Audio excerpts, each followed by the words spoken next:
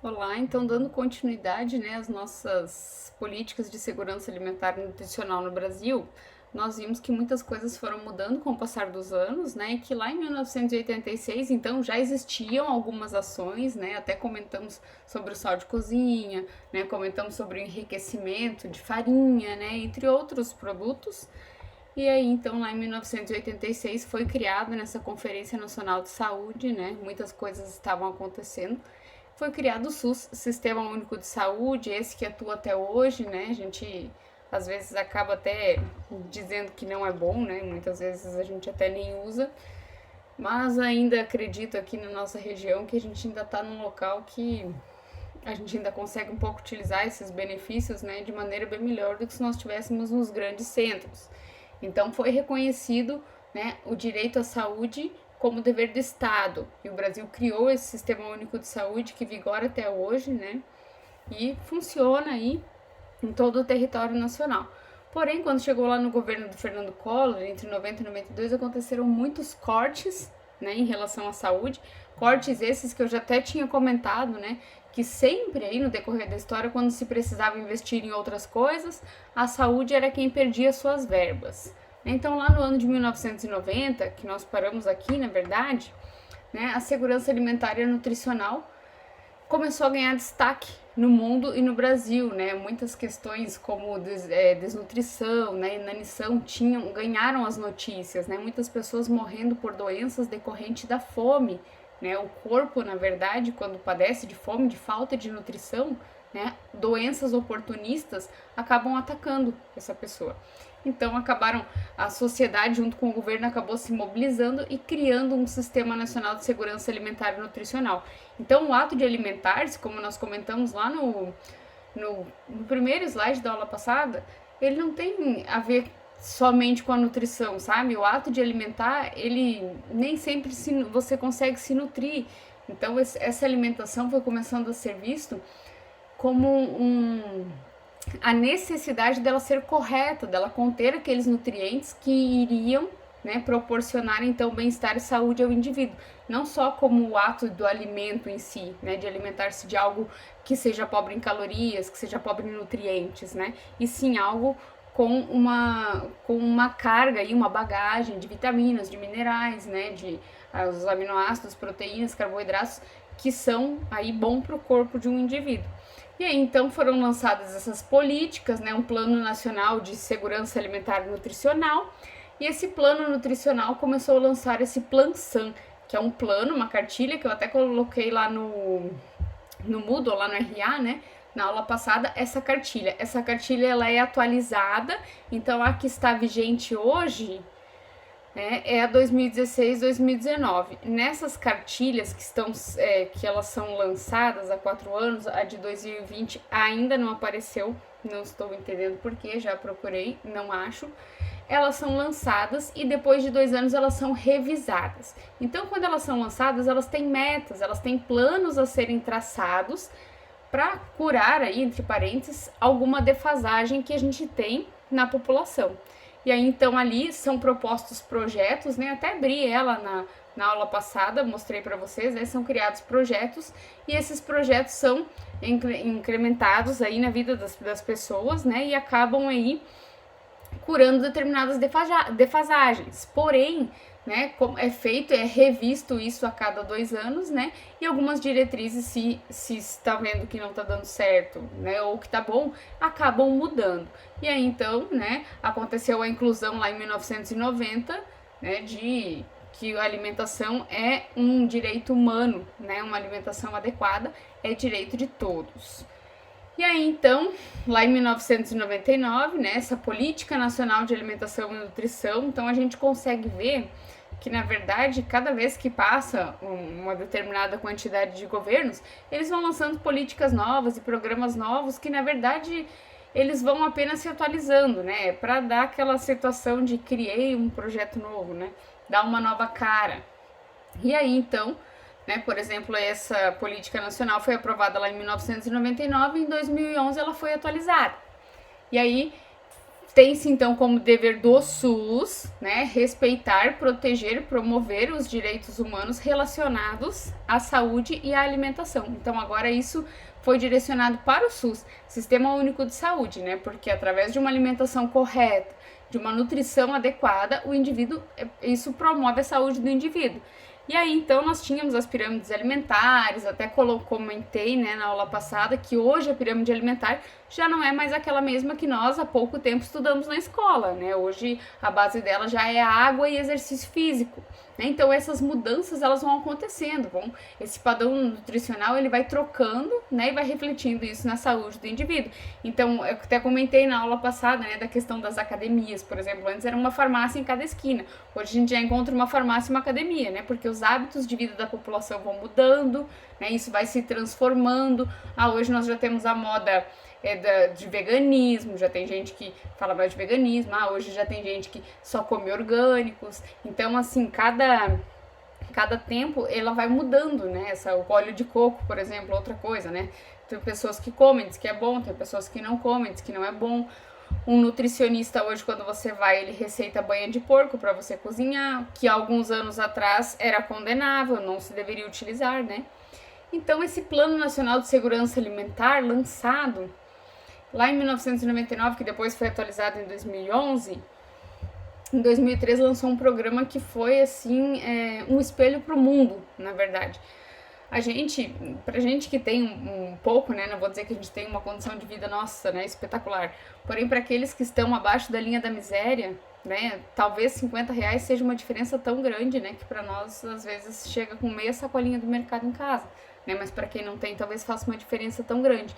Então foi lançado, né, esse Fome Zero, e aí então, né, qual que eram os objetivos, né, acabar com a fome no Brasil, alcançar a segurança alimentar e melhoria da nutrição, promovendo então a agricultura sustentável. Então o que o governo fez? Por que eu sempre comento, né, isso?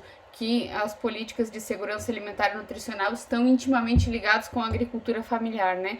Porque o governo viu um jeito de implantar isso, visto que a gente já comentou que a saúde ela é promovida através de uma alimentação correta, como que o governo conseguiria, né, incentivar, ou ir, entre parênteses, o pequeno produtor e, em contrapartida, ainda promover a saúde da população, né? Então foi lançado esse projeto chamado Fome Zero, né? Foi muito falado e é até hoje. Tem países que seguem ainda, né? Lá a Organização Mundial da Saúde ainda coloca esse tipo de projeto em outros países aí que apresentam bastante pobreza, né? E aí, então, com os seus objetivos de acabar com a fome no Brasil. E esse programa, por incrível que pareça, tirou aí quase 32 milhões de pessoas da linha da pobreza. Então é aquela questão, né? Ninguém ficou rico, mas também, né, muitas pessoas que acabavam morrendo de fome tiveram uma segunda chance, né? E aí, só que nessa época, a política alimentar ela focava em quantidade de alimento. Então, ela preconizava aí que esse alimento, esse indivíduo deveria receber 4, 5 alimentações durante o dia, né? E aí focava mais na quantidade de alimento e não na qualidade, né? Isso veio depois. Então eles começaram a observar a necessidade da população, né? Estimaram, né, que cada um deveria ter 4 a 5 refeições diárias, né, de acordo com a sazonalidade, os estoques do governo. E aí então, né, começaram-se a regionalizar, né? Então preconizar aquela alimentação de acordo com a região, né, para você conseguir comprar de um produtor daquela determinada região, né, para baratear até o processo, né? Não vamos comprar, por exemplo, peixes de água salgada se nós estamos longe do litoral, né? Para quem mora lá perto do litoral, esse programa pode facilmente disponibilizar esse tipo de alimento para quem está lá. Para a nossa região já não é, né, a mesma. Esse programa também preconizou aí comprar, né, de produtores que preconizavam a preservação ambiental, né, a sua produção de maneira sustentável e mantendo a cultura, né, de determinada região. Então essa linha histórica desse Plano Nacional de Segurança Alimentar, lá em 2006, né, foi lançada essa Lei Orgânica de Segurança Alimentar e Nutricional, e aí então, né, foi focado aí nessa agricultura familiar para que atendesse essas necessidades regionais, né? Então, até hoje, por exemplo, existe o programa do leite, né, o do leite da criança lá, ele vai comprar de quem? Vai comprar do pequeno produtor, né, daquele produtor que vai estar lá ocupando os programas de incentivo à agricultura familiar, por exemplo, o PAA, né, e aí, por exemplo, o PNAE, né, então vai ser aquele produtor que vai vender para aquela criança que vai estar lá no ambiente escolar, né, para aquela criança não, para o governo, para colocar aquele alimento mais saudável lá para a criança que está se alimentando na escola, né, então essa lei orgânica ela foi lançando determinadas coisas, né, todas essas necessidades foram sendo atendidas pelo, entre parênteses, pequeno produtor, né, pela agricultura familiar. E aí, então, em 2010, né, os direitos humanos aí disseram que todos os esforços devem ser para que nenhum ser humano padeça de fome e desnutrição. E esses processos, né, de segurança alimentar, eles vieram evoluindo com esse passar do tempo, certo? E essa evolução foi mudando, né, as características daquelas pessoas que viviam em área de estabilidade. Melhorou? Ninguém mais passa fome? Na verdade, não, né? Mas muito menos do que existia naquela época. Então, ocorreu aí uma grande evolução, né? Então, essa lei orgânica lá de 2006, ela reconhece essa alimentação como direito fundamental da humanidade, né? Assegura esse direito humano à alimentação no Brasil, né? Define essas regras do sistema desse sistema de segurança alimentar e nutricional, né? Reafirma as obrigações do Estado em respeitar, proteger e promover a alimentação adequada. Então, antes se focava muito em quantidade. E aí, quando começou a surgir essas leis, o foco foi trocado, sim, para qualidade e não apenas para quantidade. Por quê? Porque os resultados desses programas começaram a ver que a população começou a apresentar sobrepeso. Então, não estava trazendo uma nutrição adequada que estivesse promovendo saúde à população, e sim mudando, né, a realidade do alimentar-se dessas pessoas. Elas não tinham alimento antes, agora elas têm, mas têm em excesso alimentos que não são de qualidade, que, por outro lado, estão desencadeando outras doenças, né? A falta acabava causando doenças, o excesso, né, da alimentação errada também causando doenças. E aí, né, instituiu a necessidade de haver instrumentos que monitorassem, né, esse direito. Então, por exemplo, a criança participa do Bolsa Família. A criança que participa do Bolsa Família, ela tem que estar frequentando a escola. Então, o que acontece? A criança A lá está frequentando a escola, faltou uma semana.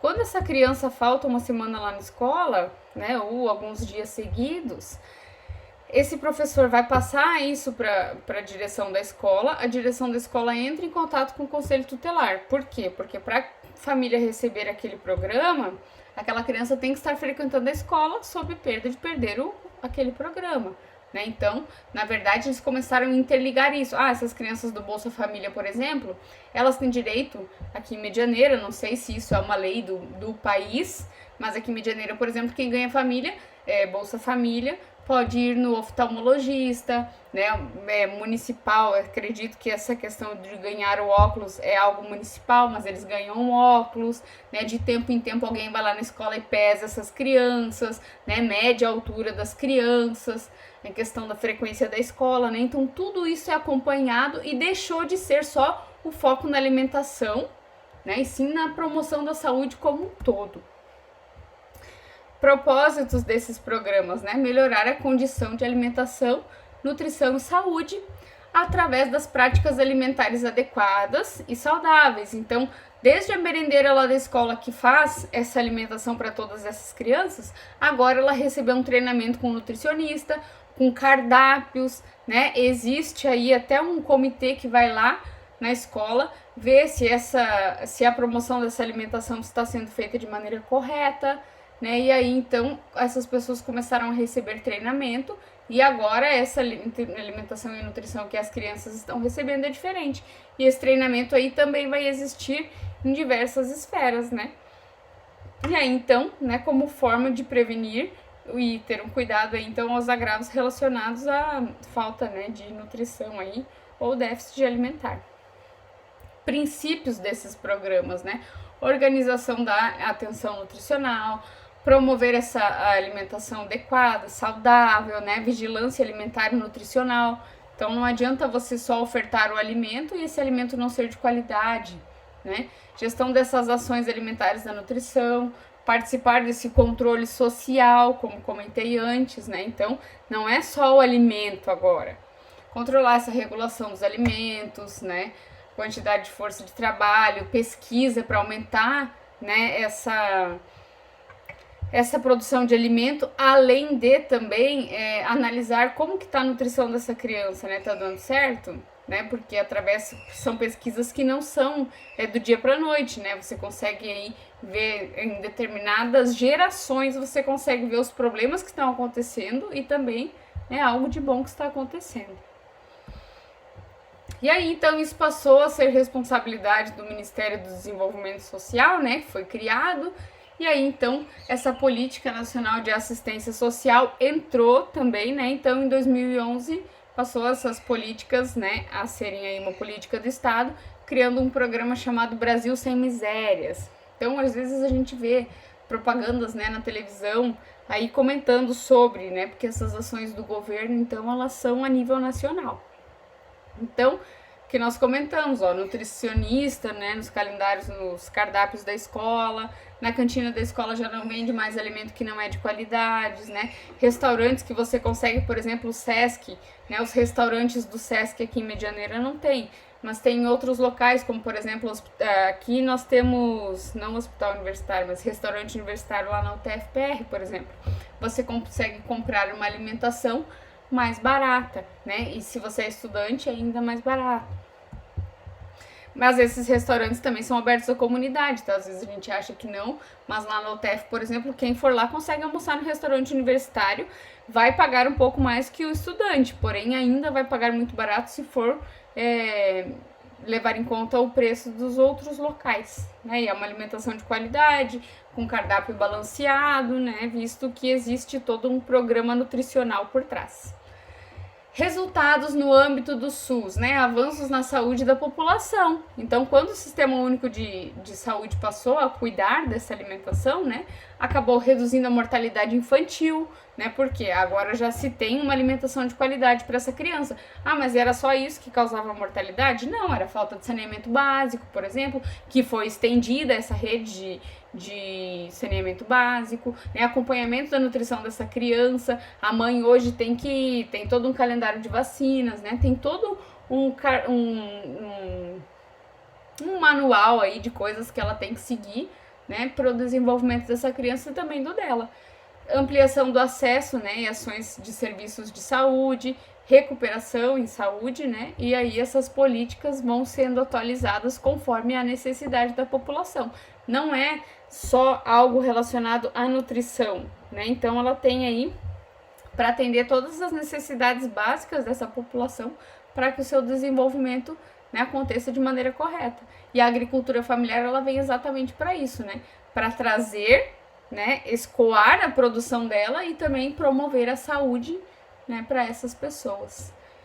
E aí, então, né, o Programa Nacional passou também a fazer parte a assistência social. E aí, então, como nós sabemos que a alimentação saudável estava lá, né, na Declaração dos Direitos Humanos, é direito humano a promoção de alimentação de qualidade, né, então aí, né, ele tem que abranger principalmente pessoas que estão em vulnerabilidade social, porém, né, existe aí em todas as esferas, né, nas escolas, por exemplo, como ofertando disponibilidade de alimentos, né, nutricionista dentro de hospitais, dentro de posto de saúde, nas escolas, né, assistente social. Então é toda uma questão de acompanhamento dessa criança, né? Tem esses CRAS, os CREAS, tem um monte de programas mesmo dentro da cidade que esse assistente social consegue monitorar se isso está acontecendo de maneira correta, se essa criança, né, se essa família está seguindo tudo que ela tem que seguir, o consumo está sendo adequado, né, como que está o ciclo de vida dessa pessoa, o acesso à alimentação, aconteceu algum problema, por exemplo, agora, nós estamos no meio de uma pandemia, imagina as pessoas que trabalhavam de maneira informal, não conseguem mais renda para conseguir se alimentar. Você consegue hoje lá no CRAS, por exemplo, solicitar alimento. Né? Então você tem, claro que a assistência social não é algo que eles vão investigar, né? Vai ser visto que realmente aquelas pessoas estão precisando. Estamos, você consegue, né, algum tipo de acesso. Tem até aí aquele programa de créditos ali da Caixa, que eu esqueci como é que é o nome, auxílio emergencial, né? Isso é um exemplo dessas políticas, né, de assistência para população em questão aí de vulnerabilidade, né? Para comprar alimento, para conseguir uma sobrevida, e entre parênteses, nesse momento de crise. E aí, então, esse sistema de segurança alimentar e nutricional, pautado na Constituição, né, é dever do Estado ir atrás do vulnerável. Então, às vezes, você está lá na escola, você vê chegando assistente social, existe toda uma investigação, né, das famílias, né, eles vão até os locais de vulnerabilidade para saber o que está acontecendo, onde que está faltando coisa, o que eles poderiam colocar lá que iria melhorar a saúde, né, e bem-estar desta população, para combater insegurança, principalmente nutricional, né, mas também outros fatores que agregam risco à saúde. Saneamento básico, por exemplo, né? Porque alimentar-se é um ato político. Então, essa segurança alimentar, né, ela vem sendo discutida desde muito cedo, né? Por quê? Porque a guerra, né, ela acabou aí. Então, produção de alimento para todo mundo no planeta existe? Existe. O problema está na distribuição, né? Então, nós temos capacidade de produzir alimento para toda a população mundial. Temos, né? Mas elas acabam não chegando. E aí, então, foi criado a FAO, que é um órgão famosíssimo, né? Que existe até hoje, que vai assegurar esses direitos humanos. E esses planos que eu comentei, né? O PLANSAN, Plano Nacional de Segurança Alimentar e Nutricional, até abri na aula passada para vocês verem, na verdade ele está em vigente até hoje, de 2019, não sei o que aconteceu com a divulgação do de 2020, conforme já comentei, e ele traz esse conjunto de ações do governo federal para garantir esse direito humano à alimentação adequada e segurança nutricional e alimentar. Ele foi elaborado em uma Conferência Nacional de Segurança Alimentar e Nutricional, né, por esses órgãos, CAISAN e CONSEA. Órgãos esses que, quando trocou o governo, deixou de existir, aí depois a Organização Mundial da Saúde entrou em contato, voltou a existir, né? Então, esses programas, eles vão sendo, essas câmaras, esses conselhos, são sendo atualizados, eles acabam depois sendo juntos e colocados em só um, e depois eles acabam se separando, vai depender, né, de como esse governo vai atuar nessa política de segurança nutricional e alimentar. Então, ele pode trocar de governo para governo. Então, né, dentro desta Câmara tem 20 ministérios, né, e esses ministérios, então, eles têm a função de averiguar essas situações de segurança alimentar e nutricional e agir dentro de pessoas que têm ali, dentro de populações, né, que estão na linha da pobreza, dificuldade de acesso a políticas como saneamento, né, não ter saneamento, nós vimos lá na zoologia, que causa uma série de doenças, né, verminosas que podem levar à morte, a água contaminada, né? Então, a água contaminada, diarreia, por exemplo, é algo que pode matar, né? É algo muito longe da realidade do ser humano aí que nós vivemos. Mas imagine para quem não tem, né, essa nutrição assegurada, né? Saúde e também educação. Então, tudo isso é englobado dentro dessa segurança alimentar e nutricional. E através disso é que a agricultura familiar conseguiu se fortalecer, né, porque esses programas do governo garantem a compra daquele alimento produzido pelo pequeno produtor. Então, os desafios disso é erradicar a fome. Como vamos erradicar a fome? Né? Aumentando a produção de alimentos. Como aumentar a produção de alimentos? Então, vai lá naquele financiamento, por exemplo, lá no Pronaf, que o produtor consegue comprar lá, investir alguma coisa na sua propriedade e aumentar essa demanda.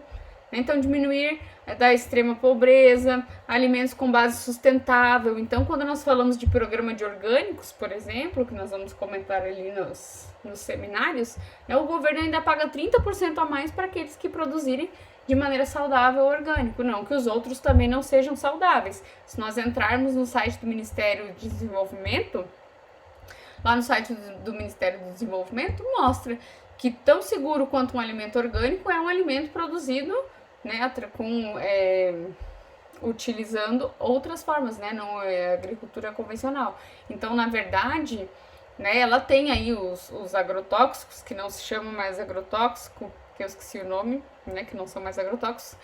Eles têm aí uma quantidade segura para ser utilizado que não causa mal ao ser humano. É claro que isso acabou se... A mídia, né, como sempre, a questão de hormônio nos alimentos, né, isso já nem existe mais hormônio no frango e ainda se fala, por exemplo, né. Então, né, quando você utiliza esses insumos, eles têm até certo grau de quantidade, é só você ler no rótulo que ele vai oferecer segurança alimentar para as pessoas que estão consumindo aquele determinado composto. Porém, a mídia, né, acaba fazendo toda aquela revolução, dizendo que é ruim, mas não, né, utilizando dentro da legislação, do que está previsto em quantidade na legislação, ele é um alimento seguro, saudável para a população. Então, o desafio aí é erradicar a fome, né, e esse Plan-SAN aí, então, foi introduzido lá em 2010, mas aconteceu todas aquelas evoluções, né, atualizações. Então, eles tinham aí 8 diretrizes a serem seguidas, né? Entre elas, indicar metas e requisitos orçamentários para incorporar estratégias em determinados locais, né? Avaliar se está sendo resultado ou não e monitorar aquelas áreas que estão sendo mudadas por esse plano para ver se esses resultados estão sendo positivos. E aí, então, lá de 2013 a 2015 ocorreu essa reestruturação, né? Hoje nós já temos o 16/19, que também já foi reestruturado. O que acontece? Eles autorizam uma certa verba, eles vão atuar em determinadas categorias e agora, chegou no meio desse plano, resolveu aquele problema. Então vamos focar agora em outro, né? Na verdade, ele vai sendo atualizado. E olha só a quantidade de orçamento que tem, né, para a promoção dessa saúde. Então é muito, né? São bilhões aí, 300 bilhões. Então, essas conferências, elas vão acontecendo e de acordo com essas conferências, quando elas vão acontecendo, existem muitas pessoas que participam, né, os dirigentes de estados, de cidades, vão fazendo parte e vão se discutindo essa segurança alimentar e nutricional, que ela vai mudando, né, conforme vão mudando aí o hábito alimentar da população e vão sendo lançadas esses programas novos. Então são discutidos prioridades, promover, por exemplo, acesso à terra e ao território como condição inerente à segurança alimentar e nutricional, por exemplo, fomentar sistemas alimentares baseados em agroecologia. Então, aí tem muitas coisas, por exemplo, forte preocupação com a questão de disponibilidade hídrica. Então, daí nascem programas de cisternas na escola, por exemplo. Então, já existe hoje aqui na nossa região esse programa que construiu cisternas em escolas estaduais, por exemplo, para armazenamento de água para você conseguir limpar aí as dependências da escola, por exemplo, né? Revitalização das bacias e nascentes, né? Já algo que se fala muito, são pré-requisitos para que um produtor da agricultura familiar, por exemplo, consiga uma DAP, né? Uma declaração de aptidão ao Pronaf, né? Alguém vai lá, vai visualizar além de que se a terra está cumprindo com o seu papel social, né? Fazendo e que tudo está sendo feito de maneira correta, seguindo a lei. Fortalecer os programas de aquisição de alimento, nacional de alimentação escolar, né? E aí, então, é esse que nós estávamos comentando, que é o último vigente. Então, o anterior tinha 8 desafios, agora nós temos 9 desafios, foi colocado, né, desafios a mais e outras novas metas, né, relacionadas, então, a esses desafios. Então, quais são os desafios do atual, né? Promover acesso à alimentação adequada e saudável, né? Que já era, combater essa insegurança alimentar e nutricional, né? Inclusão da população rural e população específica. Então, na verdade, se focava muito em combater essa insegurança alimentar dentro da cidade.